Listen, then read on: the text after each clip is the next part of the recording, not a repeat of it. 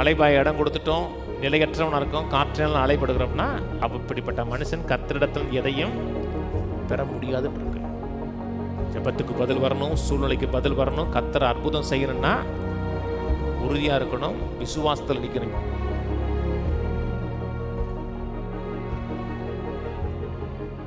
நீதிமொழியில் 19:3 மனுஷனுடைய மதியீனம் அவன் வழியை தாறுமாறாக்கும், என்றாலும் அவன் மனம் கர்த்தருக்கு விரோதமாய் தாங்கள் அடையும். ERVயில் போடு, easy to reverse. People ruin their lives with the foolish things they do and then they blame the Lord for it. மக்கள் மதியீனமான சில காரியங்களை செய்து அவங்க வாழ்க்கையை அவங்களே அழிச்சுக்குவாங்க. அவங்க வாழ்க்கையை அழிச்சுக்கிட்டது அவங்க செஞ்ச மதியீனமான காரியம். ஆனால் கடைசியில் யார் மேலே குத்தம் சொல்லுவாங்க? கர்த்தர் மேலே குத்தம் சொல்லுவாங்க.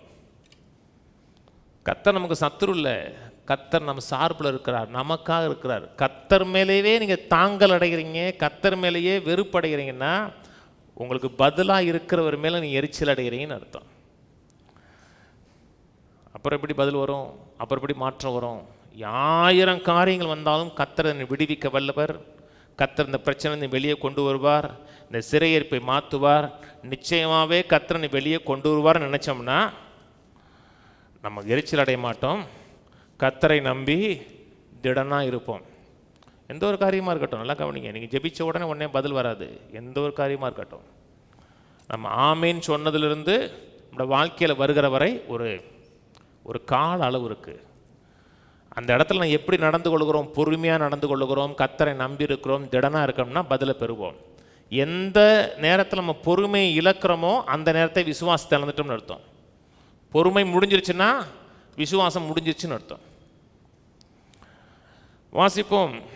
யாக்கோபு 1 ஞானத்தை கர்த்தரிடத்தில் கேட்கறதை குறித்து பேசுகிறார். யாக்கோபு 1:6 ஆனாலும் அவன் எவ்வளவாகிலும் சந்தேகப்படாமல் விசுவாசத்தோடு கேட்க கடவன். சந்தேகப்படுகிறவன் காற்றினால் அடிபட்டு அலைகிற கடலின் அலைக்கு ஒய்ப்பா இருப்பான். கடலின் அலை ஒரு நிமிடம் கூட ரெஸ்டாக இருக்காது, ஒரு நிமிடம் ரெஸ்டாக இருக்காது. வரும் போகும், வரும் போகும், வரும் போகும். நான் கர்த்தரிடத்தில் ஒரு காரியத்தை கேட்டேன், ஜெபிச்சேன், ஆனால் என்னுடைய இருதயம் ஒரு நிமிடம் கூட ரெஸ்டாகவே இல்லைன்னா நான் அசைஞ்சிட்டேன்னு அர்த்தம். நான் ஜெபித்தது ஒன்று, ஆனால் என் மனதில் ஓடுகிற எண்ணங்கள் வேற. கீழே சொல்கிறாரு 7 அப்படிப்பட்ட மனுஷன் தன் கர்த்தரிடத்தில் எதையாகிலும் பெறலாம் என்று நினையாதிருப்பானாக. அவன் கர்த்தரிடத்தில் எதையுமே பெற முடியாதுங்கிறார். 8 இருமனம் உள்ளவன் தன் வழிகளெல்லாம் நிலையற்றவனாக இருக்கான். கர்த்தர் கொடுப்பாரா கொடுக்க மாட்டாரா, செய்வாரா செய்ய மாட்டாரா அப்படின்னா நீங்கள் அசைகிறீங்கன்னு அர்த்தம். ஒரு இடத்துல நிற்கிறீங்க, அப்புறம் அசைகிறீங்க, நிற்கிறீங்க, அசைகிறீங்க, நிற்கிறீங்க, அசைகிறீங்கன்னு அர்த்தம். கர்த்தர் நிலையானவரா? அவர் வார்த்தை நிலையானதா? அப்போ நம்மளும் எப்படி இருக்கணும்?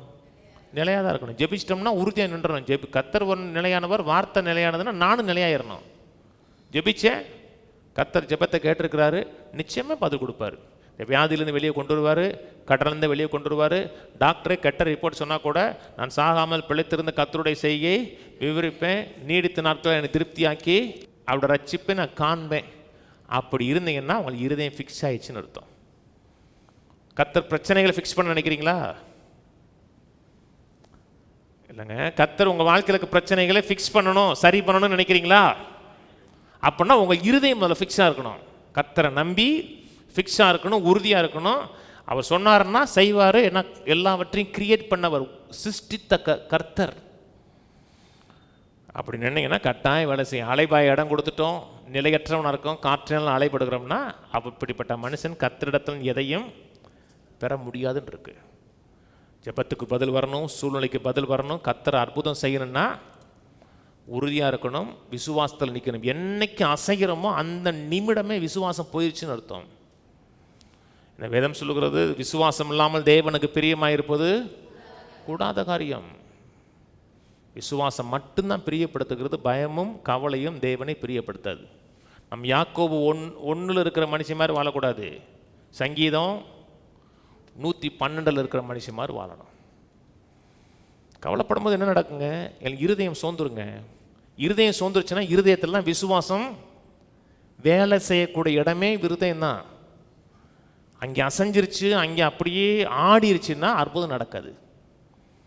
மார்க் 4 சம்பவம் நல்லா தெரியும் நமக்கு. ஒரு அற்புதத்தை, மிகப்பெரிய அற்புதத்தை பெறாரு அந்த அந்த அந்த தகப்பனார், அந்த ஜெப ஆலய தலைவன். பிள்ளை வந்து மரண படுக்கையில் இருக்கு. ஆண்டு வேலை வரும்பொழுது சொல்கிறாங்க பிள்ளை செத்து போச்சுங்கிறாங்க. அதுக்கு மேலே கெட்ட செய்தி வேணுமா உங்களுக்கு? பிள்ளை செத்துருச்சுங்கிறாங்க. கர்த்தர் என்ன சொன்னார்? பயப்படாதே, விசுவாசம் உள்ளவனாய் இருதயம் கலங்குவதற்கு இடம் கொடுக்கதான்னார். ஃபிக்ஸ்டாரு. அங்கே போய் அற்புதம் நடக்குது, கர்த்தர் கிரியை செய்கிறார், சூழ்நிலைகளை மாற்றுறாரு. அவர் விரும்புகிற காரியம் நடக்குதுன்னா அவர் கண்ணீர் விடலை, கலங்கலை, ஃபிக்ஸாக இருந்தார் இருதயம். அந்த மண்டலத்தை தான் கர்த்தர் வேலை செய்கிறாரு. எந்த ஒரு மண்டலத்தையும் கர்த்தர் வேலை செய்ய முடியாது. என்ன காரியம் வந்தாலும் இவை ஒன்றும் என்னை அசைக்காது என்று நான் தீர்மானம் எடுக்கணும். அது நான் எடுக்கிற சாய்ஸ்.